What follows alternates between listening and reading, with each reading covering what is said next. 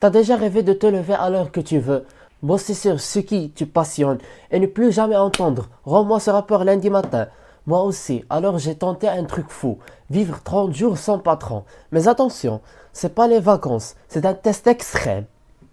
Est-ce que la liberté, c'est vraiment la solution ou juste un nouveau piège?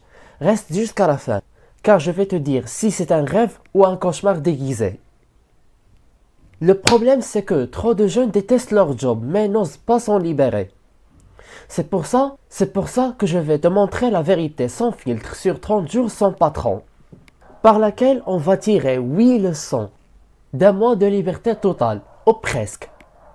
Les premiers jours, l'illusion de la liberté. Au début, tout semble magique. Pas de réveil, pas de supérieur, pas de pression. Mais rapidement, une autre pression s'installe, celle de l'autodiscipline.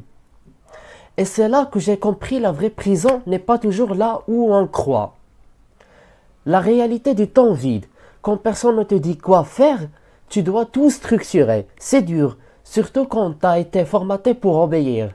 La liberté sans structure, c'est pas de la liberté, c'est du chaos. L'argent, l'ennemi silencieux.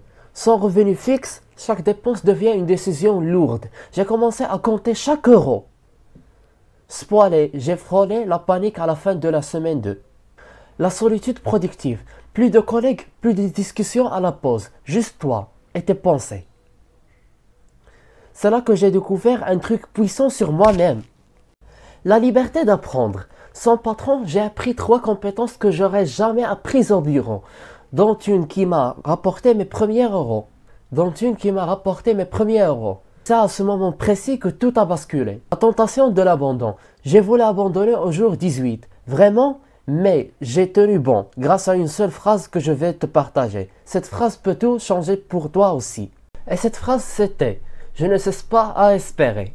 La redéfinition du travail. Travailler, ce n'est plus faire plaisir à un boss, c'est créer de la valeur pour moi et pour les autres. Ce n'est pas une fuite, c'est une reconquête. Le retour à la normale ou pas.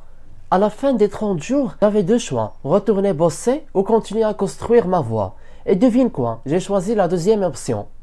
J'ajoute un bonus. La vraie liberté, c'est pas ce que tu crois. Après 30 jours, j'ai compris que la vraie liberté, ce n'est pas juste dire je n'ai pas de patron. C'est choisir tes contraintes. Travailler dur, mais pour tes valeurs. Te lever tôt, mais pour ta mission. Épargner, mais pour investir dans ta propre vie. La liberté, c'est pas fuir, c'est bâtir. Cette expérience m'a transformé, mais elle n'est pas pour tout le monde. Tu veux savoir si tu es fait pour cette liberté? Regarde les vidéos précédentes, notamment sur la peur du succès et celle sur comment épargner avec sagesse. Abonne-toi parce qu'on parle ici de liberté réelle, pas de rêve TikTok. À très bientôt.